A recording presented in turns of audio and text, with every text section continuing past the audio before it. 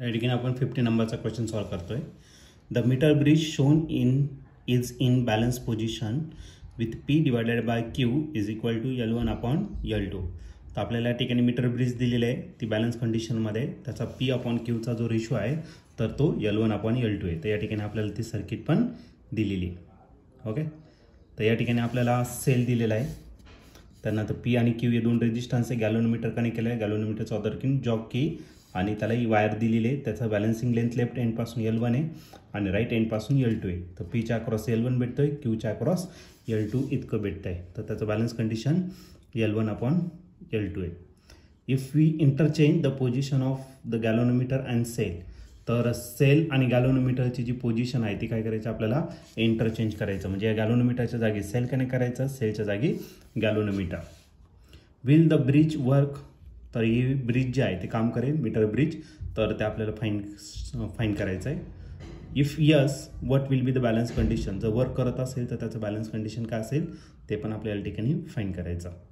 तर याचे 4 ऑप्शन दिलेले आहे. तर त्यापैकी पहिलं जे ऑप्शन आहे ए, ते आहे yes comma P divided by Q is equal to L1 upon L2.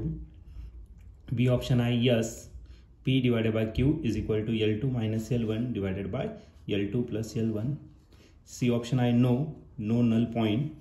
आणि लास्ट डी ऑप्शन आहे yes P divided by Q is equal to L2 divided by L1.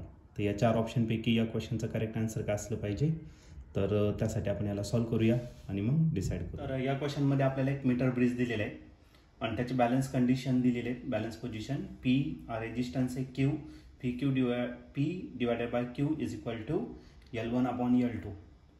आता या केसमध्ये आपल्याला इंटरचेंज करायचं पोझिशन गॅलोनोमीटरचं आणि सेलचं. तर ब्रिज वर्क करणार की नाही ते विचारलेलं आहे. जर वर्क करत असेल तर त्याची बॅलन्स कंडिशन काय असणार आहे. तर ओरिजिनल जी डायग्राम दिलेली आहे तर ती या ठिकाणी मी ड्रॉ करतोय. तर या ठिकाणी आपल्याला एक सेल दिलेला आहे, हा पॉझिटिव्ह टर्मिनल आहे आणि इकडचा निगेटिव्ह टर्मिनल. त्याच्यामध्ये आपल्याला 2 रेजिस्टन्स दिलेले आहे. तर पहिला जो रेजिस्टन्स आहे तो दिलेला आहे तुम्हाला पी, आणि त्याच्या पुढे आणखीन एक रेजिस्टन्स दिलेला आहे, तो दिलेला आहे तुम्हाला क्यू. ओके, आणि या ठिकाणी आपल्याला एक या ठिकाणी एक वायर दिलेली आहे.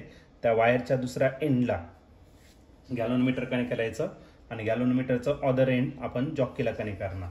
आणि या ठिकाणी या मीटर ब्रिजची वायर दिलेली आहे आणि या वायरची जी लेंथ आहे लेफ्ट साईडपासून L1 इतकी दिलेली आहे इथपर्यंत, आणि त्याच्या पुढची जी लेंथ आहे ती किती दिली तर L2 इतकी दिलेली आहे. ओके, तर या केसमध्ये तुम्हाला पुढच्या केसमध्ये हा जो सेल आहे आणि गॅलोनोमीटर याची पोझिशन काय करायची तुम्हाला चेंज करायची.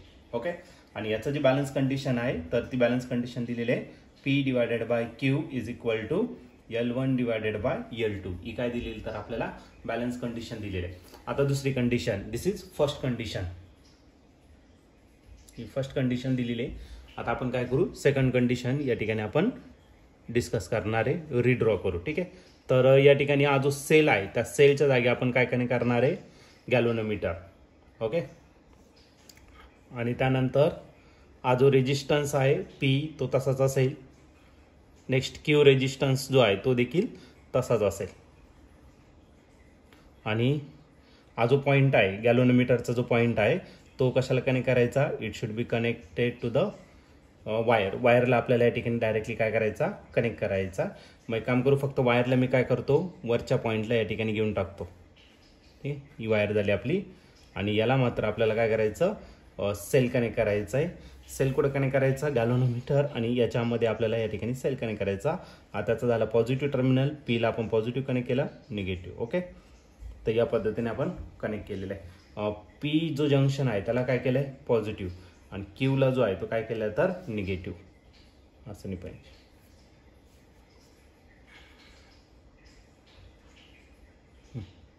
या ठिकाणी हा पॉझिटिव्ह आहे आणि काय झालं तुमचा निगेटिव्ह. क्यूबला कनेक्ट केलेला आहे. आणि हा जो गॅलोनोमीटरचा जो एंड आहे तर तो गॅलोनोमीटरचा एंड आपण त्या वायरवरती टच केलेला आहे. इकडून जी लेंथ भेटणार आहे पी पासून ती L1 भेटेल आणि इकडून काय भेटणार L2.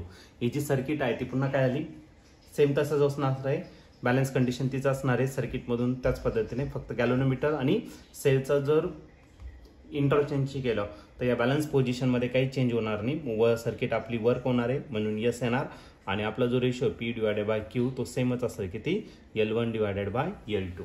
मग या ठिकाणी तुम्ही ऑप्शन जर बघितलं तर ऑप्शन नंबर ए जो आहे तो आपल्या या ठिकाणी करेक्टली मॅच झालेला आहे. ऑप्शन ए म्हणजे काय, व सर्किट विल बी वन म्हणजे yes and balance condition is P divided by Q is equal to L1 upon L2, म्हणजे बॅलन्स कंडिशन चेंज होणार नाही.